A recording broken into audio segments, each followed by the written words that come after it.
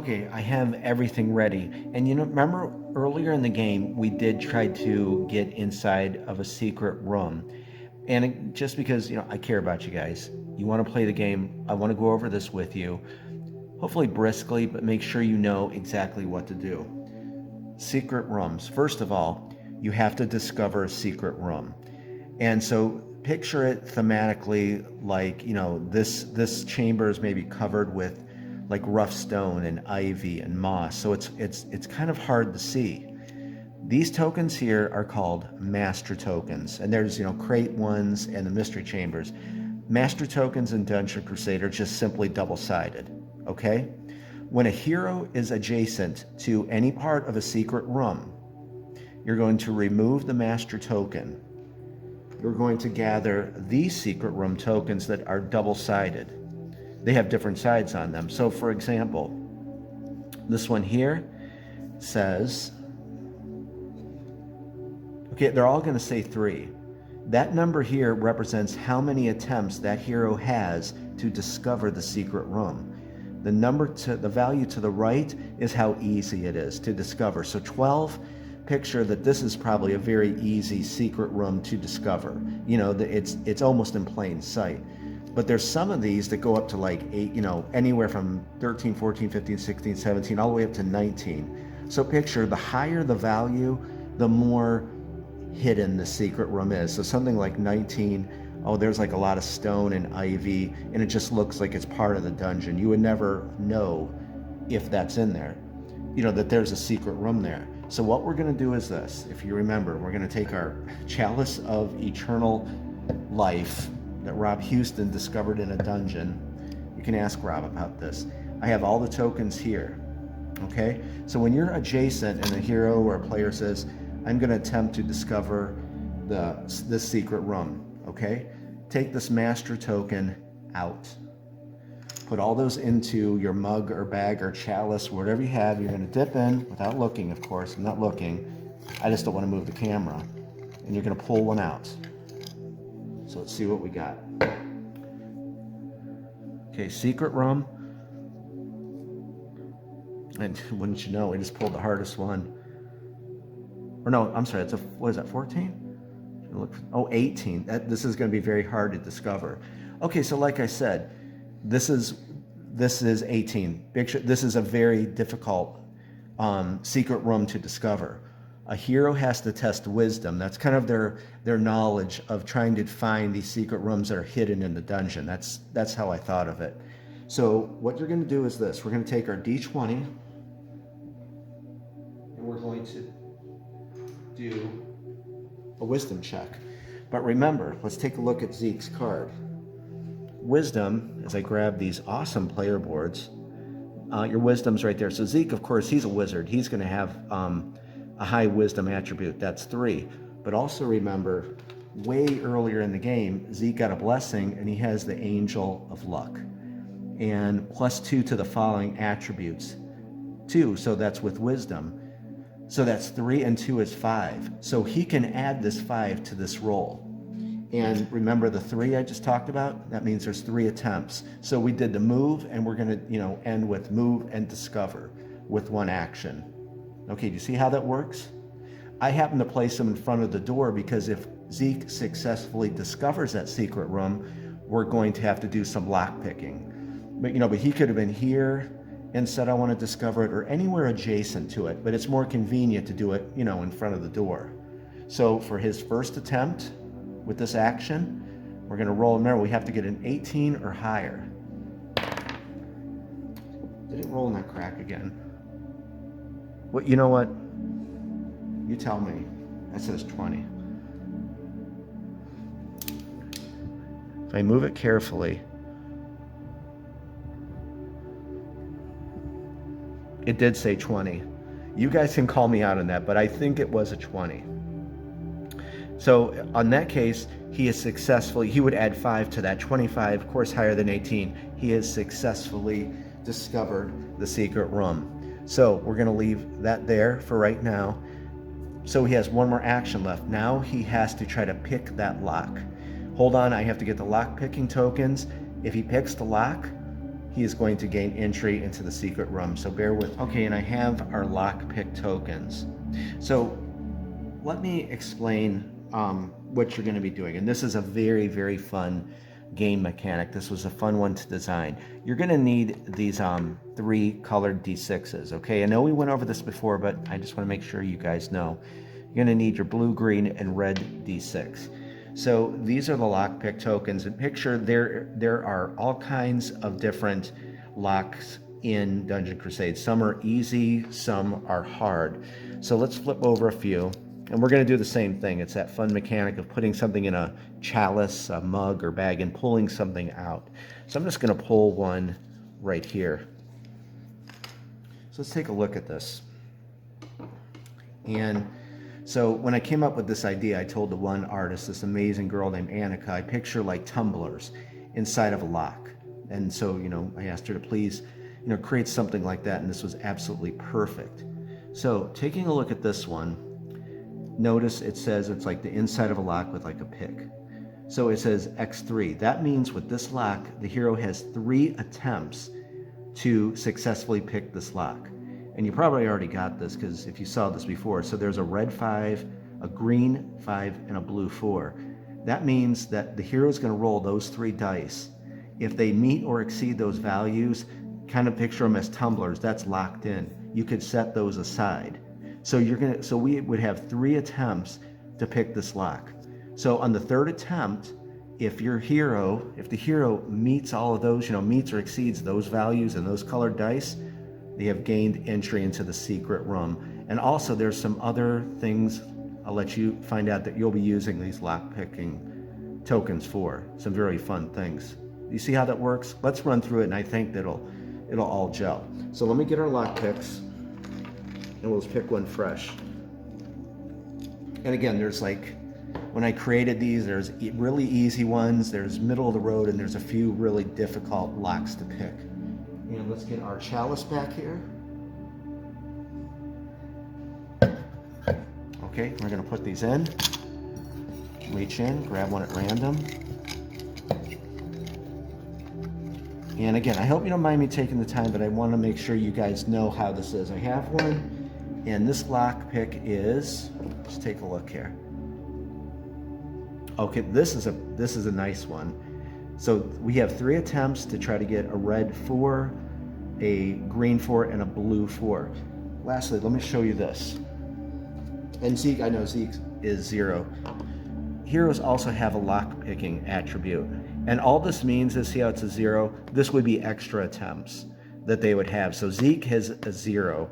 He's kind of middle of the road. Remaheliac, it will say his is a -2. He's a barbarian. He's not skilled at picking locks. So you're actually going to have to deduct 2 from that 3 that's printed on that lock picking token. Someone like our rogue Palum, she has a +2, meaning she gets 2 extra attempts because she's a rogue. And lastly, let me show you this, since we're talking about lockpicking. I think you'd like to see this. Going through our recipe cards. We have one called the Gem of Finesse.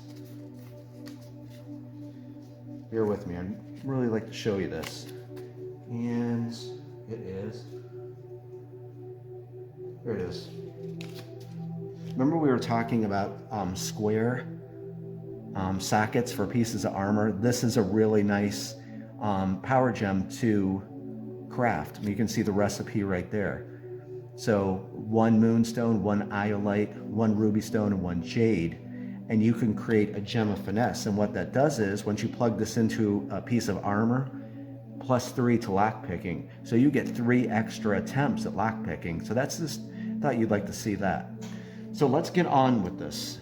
We have, Zeke has 3 attempts. And basically, guys, we just have to pick that lock with all 4s and set successive rolls aside. Sorry this took a little bit, but I care about you guys. I want you to know the game. Okay, we're going to try to roll right here and avoid that crack in the table. And okay, so 5. So picture inside that tumbler, Zeke's trying to pick it, and he got the 1 tumbler. So 5, we can set that aside. Of course, those are lower than 4. This is his 2nd attempt.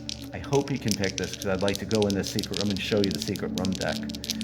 So, and you do this in succession. So this is his second action. He's going to keep, you know, this, you do this in succession. And, oh, look at that. Okay, we have that red 4. This is his last attempt. 50-50. Come on, Zeke, get this. Get in the secret room. And it is, he did it. 6. Okay, so hopefully you got that now, seeing it in action. He has successfully picked the lock. But remember, he used that as an action. He's out of movement. But we can keep this, you know, here as a reminder, this was picked. So the next, for our final turn, he's gonna move in there, and we are gonna get to pick from the secret room deck. And like I said, I've created something new that will be added to this deck. And I think you'll love it. Okay, so that is it for Zeke's turn. Let's move up to Matari. And I hope you enjoyed learning about secret rooms and lock picking. Okay, on with Matari. Okay, and we are at our final mercenary here, Matari. And I just want to say again, you know, I hope you didn't mind me taking the time to explain that and a few other things, but I truly care, you know, about you guys, especially new players looking forward to the game. And I just, you know, I want to go over this with you. So when you get the game, you open it and you know, you have a leg up on what's going on and you're not green to the game, so you can just get to having fun with it. So that's what I wanted to say. Okay, we're with Matari, and yes, I'm gonna get this awesome player board, Kevin. I think I'm gonna put these next to me on my bed and sleep next to them. I just love these freaking things.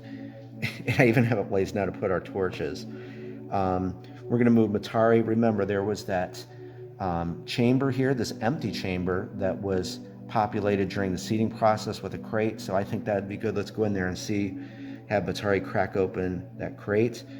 She has a d6 plus 3 for our base movement, but the torch will give her a plus 2, and so let's get on with it. And she has, of course, initiative token 5 and 6. So I pulled the camera way back. She's going to be doing, hopefully, a lot of movement. So we'll roll right here. That is great movement. So 5 and the 5 for the base movement, that's 10. Remember, doors automatically open. 1, 2, 3, 4, 5, 6, 7, 8, 9, 10. Doors automatically close. I just want to say that because that way it'll just always reinforce you. You don't have to pay an action. Okay, so that's our first action for initiative token 5, and hopefully we can get inside that chamber and still have an initiative token left. So let's generate some movement. Oh, that's not good. So 1, 2, 3, 4, 5, 6.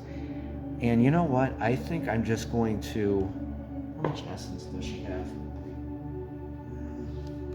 She's got 6.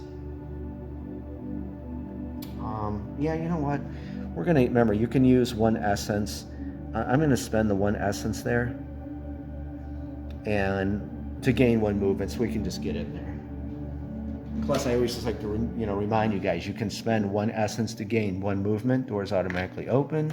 She's gonna go in, and of course, she is in an empty chamber with a crate. And like I said, I'm gonna put her in there. We'll shut the door. Master token here, double-sided. Give me a second. I'm going to go grab all the crate tokens and let's break one open, and hopefully she finds something good. I'll be right back. Okay, and I have all of our crate tokens here, and I want to tell you, just remember, when you pick a crate token, you don't like put it back in the game box. You put it back into the circulation with the other crates to select again. And I'll tell you that there's 12 crate tokens, and it's kind of even. There's a few empty ones, and there's, half good and half bad, what you can find in crates. So let's put our chalice of, what are we calling it? The chalice of everlasting life. So we're going to put them all in. Go inside here. Hopefully you can see I'm like shuffling them around, and I'm going to dig in there, get one out. Matari finds a crate, And it is, are you ready? She breaks it open and, oh! Well, there's another one you haven't seen before. It's not good. Poisonous gas. Oh, what? Lose 1d6 essence. That's no good. Oh, so she was in that chamber and broke it open and just poisonous gas everywhere. So we're gonna have to see how much essence she loses. D6, hopefully just one. And nope, it's a 6. It's not a 1, it's a 6. Okay, so, well, you know what, I'm glad this came up for you too, because some people might ask, now what happens when you lose all your essence? What happens is you have to take that as damage. So what is, she has 5, so basically 1, 2, 3, 4, 5, so that's going to come off there. And then since she doesn't have that 1, she'll have to pay that in health. That's how that works, guys. We'll slide that down. So she has 6 health, completely out of essence from that. Freaking great. Let me put this back. You know, really, for the end game, this turned out to be quite an exciting turn. And believe me, I did not think all this was going to happen. Really didn't. Empty chamber. Remove this token. And I'm trying to think what to do. Tell me what. Let me do some cleanup here. I'm going to move the crate tokens back in their container. Let me look over the dungeon and let me think what we're going to do next for our last action. Be right back. Okay, I was just taking a few minutes to look over everything. Well, we're really not going to go into any of these chambers because they're all like high level, level 3 chambers with level 3 champion monsters and possibly level 4. So that's out of the question.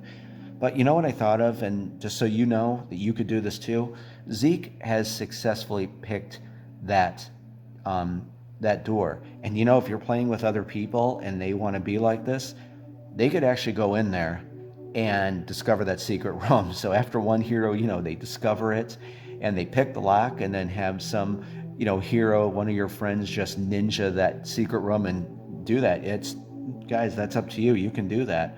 So it's kind of, there's some interesting things that could happen between players in this game. Way back, there was a player that said, you know what, heck with you guys, I'm just going to go out and open up treasure chests. Hey, and I think someone else said that. I think it was Jason. Who was it? Someone said that they were playing with someone, and they just said they want to go open treasure chests, and you know what? That's what they want to do. So we could actually move into this chamber here and pull a secret room, but I think what we're going to do is, remember we talked about that treasure chest way up there in the Halls of the Dead west. I think we're just going to head up there with our last initiative token. I think that would be good. All right, so let's generate some movement and see if we can get Matari up there. And I'll probably just keep the camera here.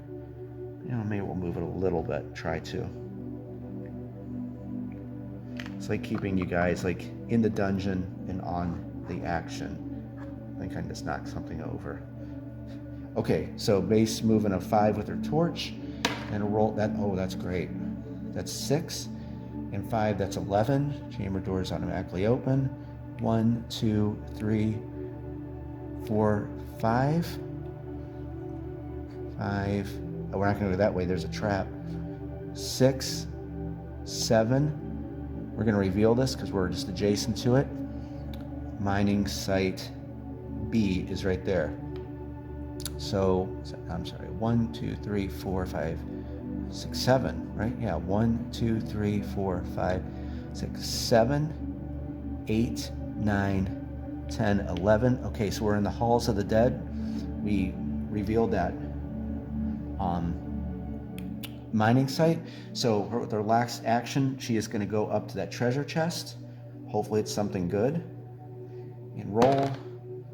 Plenty. Got another 6 again. 11. 1, 2, 3. Well, 1, 2, 3, 4. Getting ahead of myself. Okay, we're going to take that, put that back into the game box. Tell you, I hope this was something smart to do. You know, because as you're finding that good stuff, this is getting thinner. Because remember, you remove these out. You don't put these back in. So we're going to give it a shuffle.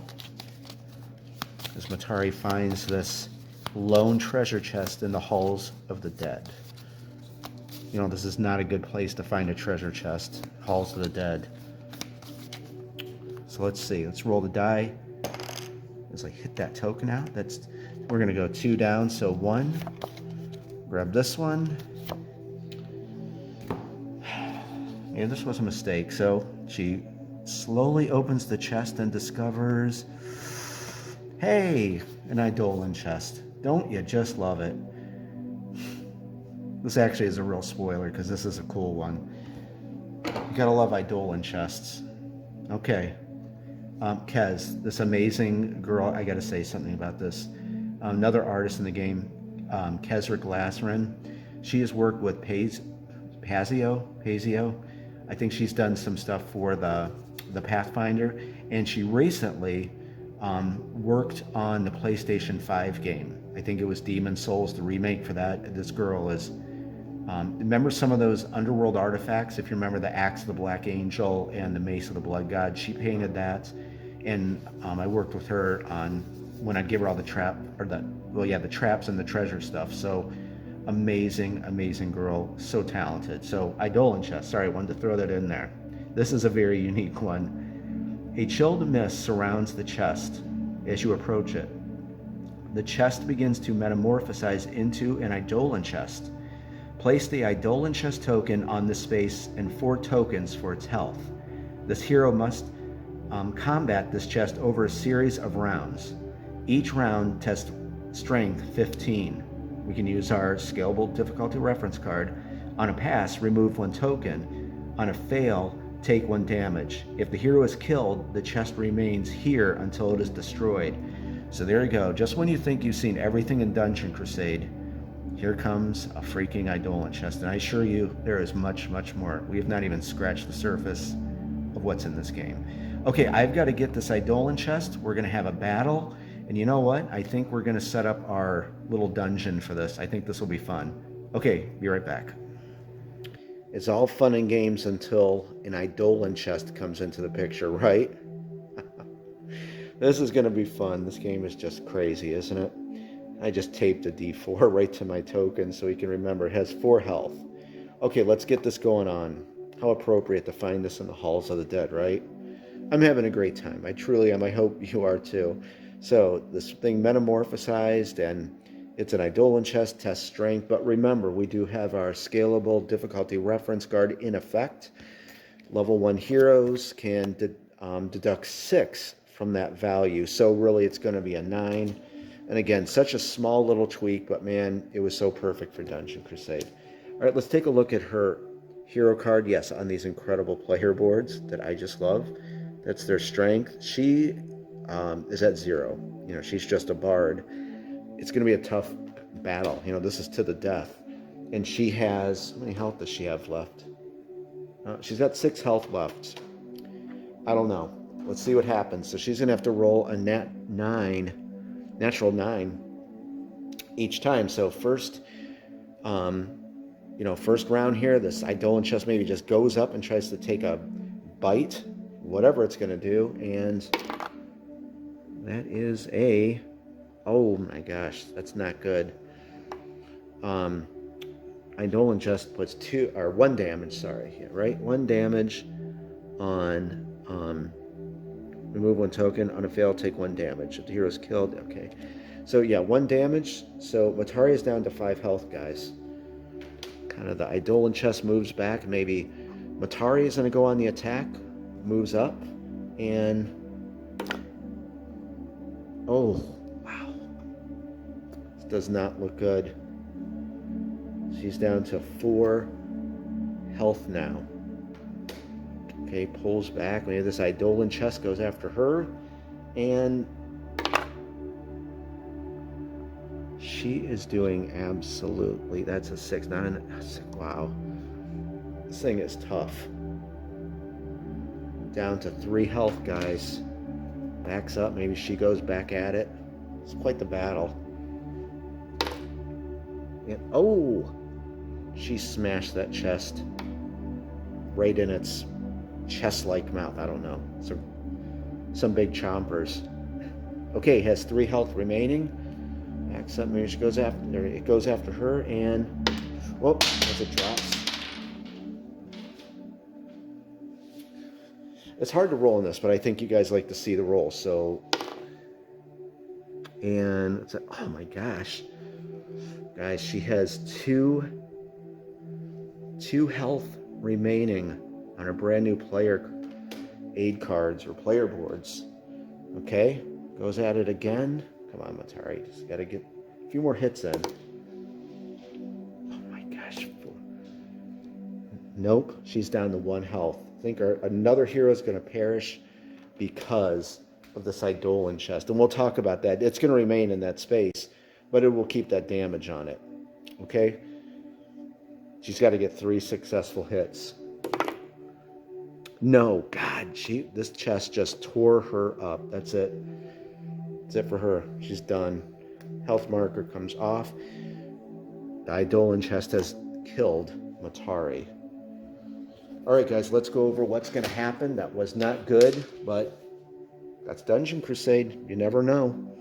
All right.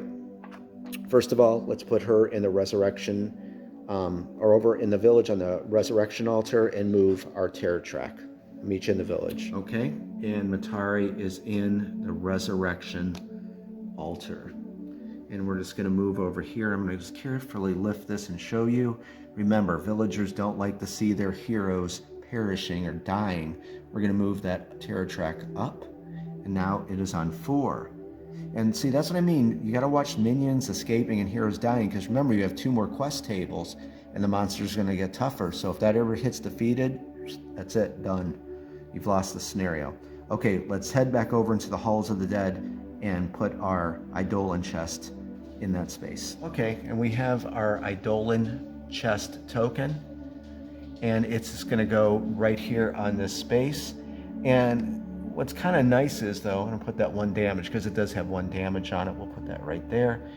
This is not really a trafficked area. Well, I mean, if the heroes, when they go here to do this quest, but they could come around this way. But some places in the dungeon, that's a very, heavily worn path, where the heroes may have to contend with that Eidolon Chest. But I thought that was fun, even though that sucks that Matari was killed. But, that's just yet another thing that's in Dungeon Crusade. And trust me, there's much, much more you haven't even seen yet.